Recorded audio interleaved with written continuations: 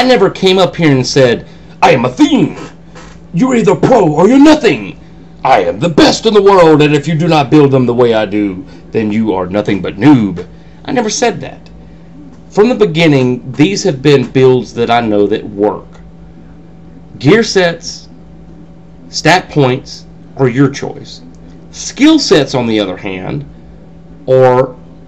that's mathematic. You can't argue skill points. I mean, I read a comment from a guy who said, I'm just gonna, I don't know, paraphrase, who said that you have several things wrong, and one of them is that on an Oradin, I know what it was, on the Dragon Paladin build, on the Oradin, you said to put points in Defiance, and if you knew anything about what you were doing, you would know that you can only have your auras on right click. Well, yeah, that's a given.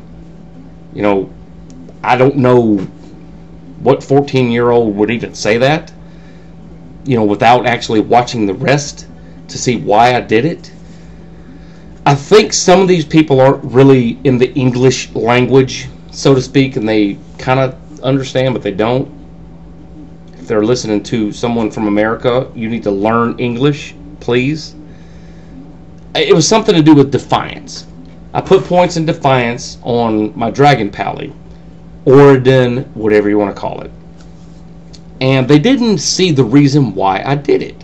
The reason why you put points in it is because on any Paladin build that you have to have, or you don't have to have, I have to have Holy Shield.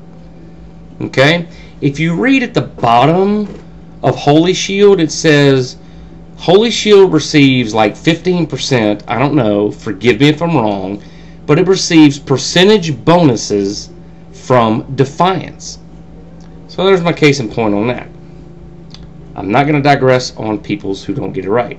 The rest of it, on the other hand, was just plain out rambling and, you know, looking for the reaction, and that was my reaction. Get your facts straight. Moving on to the builds, those are just a few that I would recommend. Now, that's Paladin and Sorceress. Bosons are good, Zombos, however you want to call them. Mine, as far as the, someone asked about crossbow Zon, I wouldn't recommend it, and I really wouldn't know how to advise you on that. I'm sure someone will leave a comment down there and tell me that they're the most godly things on the planet. So just look for it. So there you go. Bosons, ice sources, or Zealer or Smiter. That's what I would start off with as a basic build. Now moving on to the farming, I would say, me personally, I have found the best items or the best items to trade in Act 1 Hell level. Just walking out into, you know, the Stony Field, the Black Marsh, to Moe Highlands, the pit for socketed items, people say. Just Act 1. I mean, I just take off out of the gates from the rogue encampment, or away from the fences, or whatever you want to call it, and go out into Act 1 and just start killing minions. And not even minions, you know, so much as just going out there and get the little Fallens, you know. Hell level, of course, and I have done it in Nightmare as well and found some damn good stuff. And a lot of times I've found that you could get some pretty good items in Nightmare to trade with. The classics of farming would be Andariel, or Andy, or Rakanichu. Me, I found a lot of stuff doing Tristram in Hell, just soloing it. I don't know, rares mainly, but I don't know exactly what to tell you what I found, but that's a couple of things, and if you notice, all of them are Act 1. Act 3, people like Mephisto, they like to do Travancore. Act 4, people sometimes go do Chaos and pick on Diablo, he drops some good stuff. And of course in Act 5, people do Shank, and the dude up at the top, I don't know what his name is. Might be Shank. I don't know. Shank's down there. But people go do that one, and Pendle, which you can either have the waypoint or not. That's your choice. So that's just a couple. Myself, I have found more perfect stuff in just running Act 1, just running out into Stony Field and stuff, than I have anywhere else. So there you go. I'm not saying to just do Act 1 over and over and over again. I've never found anything of value really doing the catacombs or the jail or the barracks, the cathedral. I've never found anything there. Oh, and the Countess. Let me not leave the Countess out.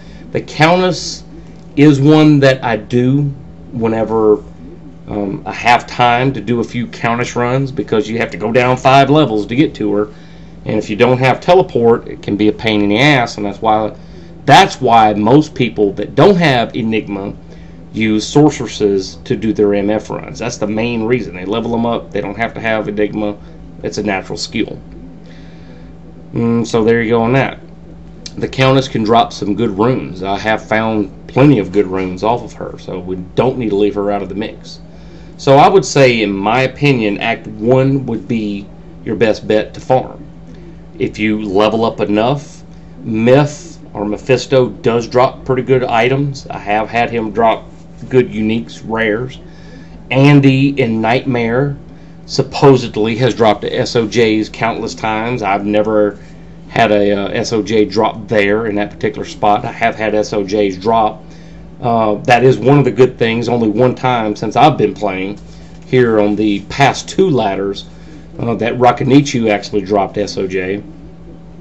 And the rest of it is just taking items that you find, knowing the stat points that people would look for, whether it be amulets, armor, mainly amulets and rings, boots and gloves, and knowing how to trade with them. That's the key factor to it, and I might touch on that in a later video on how to trade. I might actually show you a couple of trades that I might do.